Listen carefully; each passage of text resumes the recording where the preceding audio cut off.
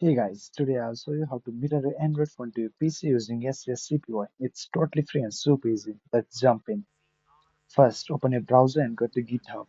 Then search for Scrcpy. Then scroll down a little bit.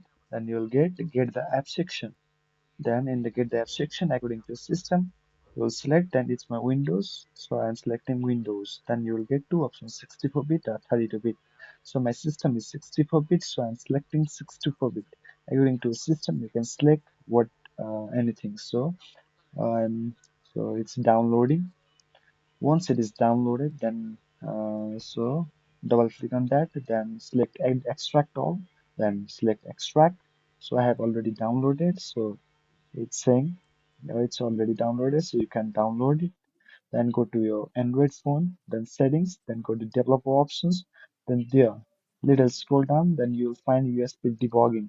Then go to the SSCPI page, then double click on SSCPI, then done. You are done. Now you will be able to mirror your screen using SSCPI. Thank you.